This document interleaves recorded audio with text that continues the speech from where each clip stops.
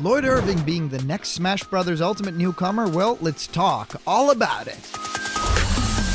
Block content.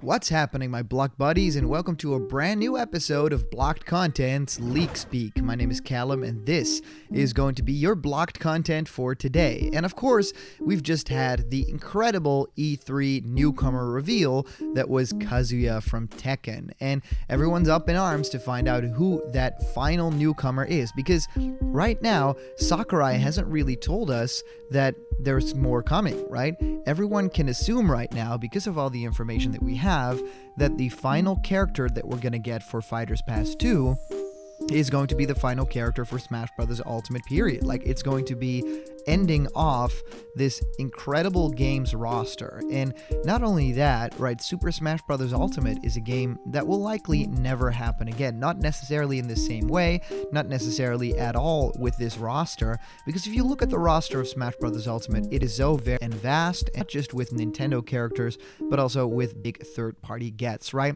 I mean, we have Minecraft Steve being a huge character, and also stuff like Banjo-Kazooie, you know, characters that we never even thought possible because they weren't in the limelight anymore. So Sakurai is doing a lot of incredible things to make sure fans get this game like exactly as people want it. So a lot of characters that we could have never seen coming, a lot of characters that we've wished for the longest time, and of course some shoe-in characters that we all kind of knew and hoped would happen in the game.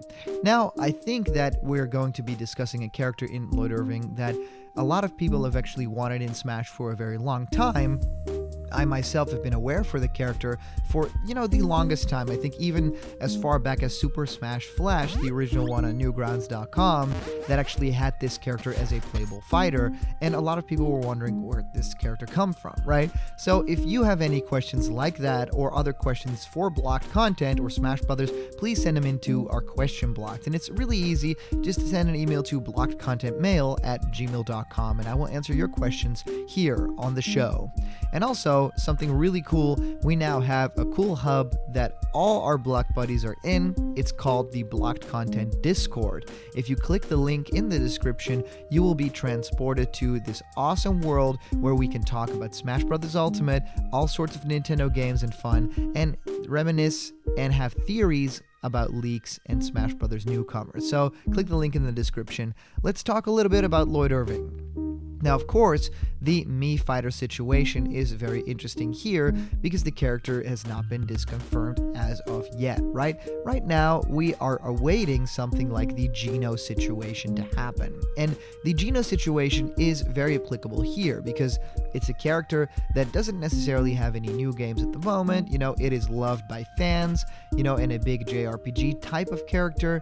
And I think that a lot of people just really want the character because of the moveset potential. For Geno, it was kind of the same thing. Not only was it a character that is just very loved in the Mario universe for Geno, but it's also a character that just feels like it would fit well with Smash Brothers, and that Sakurai would have a great time making a moveset for. If you look at Geno, the character just has, you know, a gun for an arm, all of these different moves from the game that could translate well to a direct, you know, moveset. And I think with Lloyd Irving, the same could be said, right? There's a lot of animation reference for the character for using its two swords. There's a lot of cool different ways that the character could be interacting with other Smash Brothers characters, and essentially it would be a sword fighter that would be rather unique, right? We've had some sword fighters in Smash Ultimate that are feeling a little bit samey, like if you are comparing all of those Fire Emblem characters, and even getting characters like Chrom in the game that don't really feel like they add that much. And of course, there's characters that really have a new meaning to being a sword fighter. I could think of Steve that actually uses a sword that's not really a sword fighter, and of course Pyra and Mithra have some really iconic new moves as well. And if you think about Sephiroth with his huge sword, I mean, Sakurai is doing his best to make sword fighter characters very unique, and I think that Lloyd Irving would really fit that mold quite well. It's a character that a lot of people are familiar with in the Tales of series, is of course a huge staple of video games. Now, we already have the Tekken newcomer in the game, so we have to find out, you know, how likely likely it is for a character like this to also enter the stage, and it not being a first-party Nintendo character. That's of course also a big vote against having Lloyd Irving in the game, right? Is it going to be worthy of that final spot? And of course, a lot of people are thinking the final spot for the DLC can be quite disappointing. If you think back at all the other final DLC characters, well, we got Wolf in one game, we got the DLC character that was actually the Fire Emblem newcomer, Byleth, which didn't really make sense to a lot of people. I mean, that wasn't really what a lot of people were hoping. And the base roster for Super Smash Bros. Ultimate itself, as a final character, had Incineroar, which didn't really go over that well with Smash fans, because that's not something that they really wanted out of the final character being revealed for the roster. So, it stands to reason that it might not be a character like Lloyd Irving, but it might actually be someone maybe even more disappointing, right? A first-party Nintendo character that a lot of people didn't really want in the game. Now, you can point to franchises of Nintendo that, aren't really fan favorites. I think that there's something to be said for characters like Chibi Robo as well, and maybe even Zelda from Breath of the Wild. I think that would be incredible, but if they're doing first-party, a lot of people are hoping for it to be a character that is already represented in Smash in some way, and that is just very famous and very, liked. And a character like that would of course be Waluigi, the character that a lot of people know, a lot of people really want in Super Smash Bros. Ultimate, and of course it's also a living, walking meme. But yeah, a character like Lloyd Irving would be a pick that is not really outside of the realm of possibilities. A lot of people have really hoped for that character to enter the fray, and of course that entire world, a lot of different characters from the Tales of series, and not necessarily even the game that Lloyd himself is from, but also generally out of the whole mythos of the games. If you think back at a character like Hero from Dragon Quest, yeah, it does make sense that a lot of other characters from that franchise are in the game, and as spirit battles and stuff like that, but it doesn't really mean that they have to be characters from that specific game.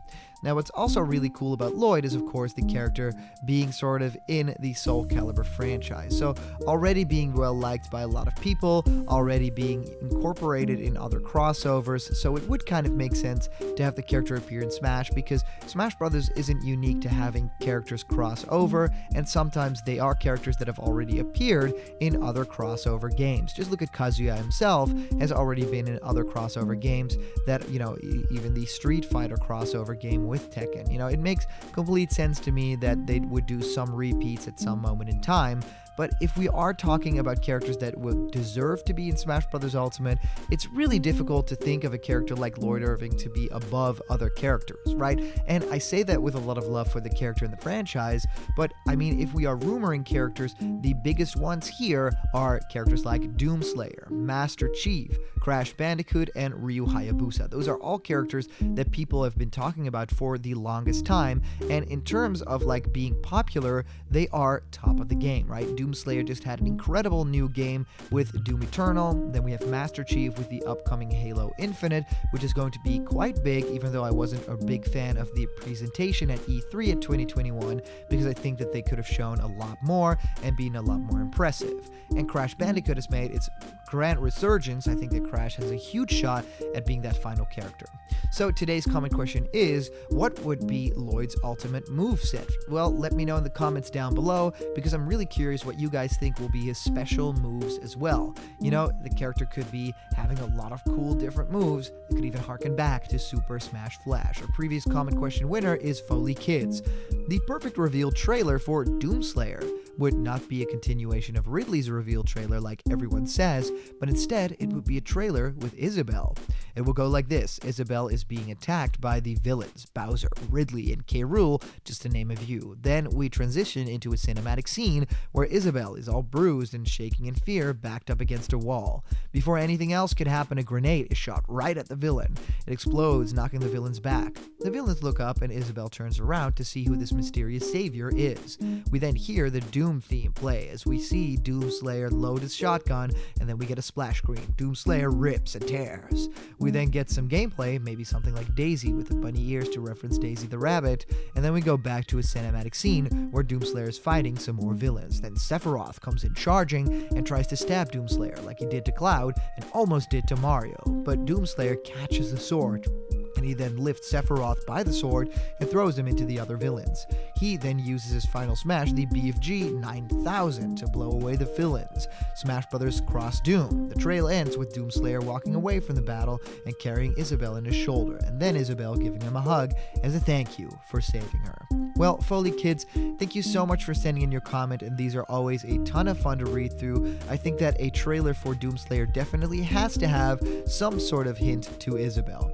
So if you guys want to support Blocked Content, us making daily content for you guys and talking about Smash, you will consider actually subscribing to our Patreon. It's patreon.com/blockedcontent, and if you donate anything, even from $1 a month, it supports the channel like crazy, and also, yeah, you get to decide what our next video is all about. So subscribe to this channel, press that like button, it really helps at the channel, and I'll see you guys around the corner where there's always more Blocked Content. See ya!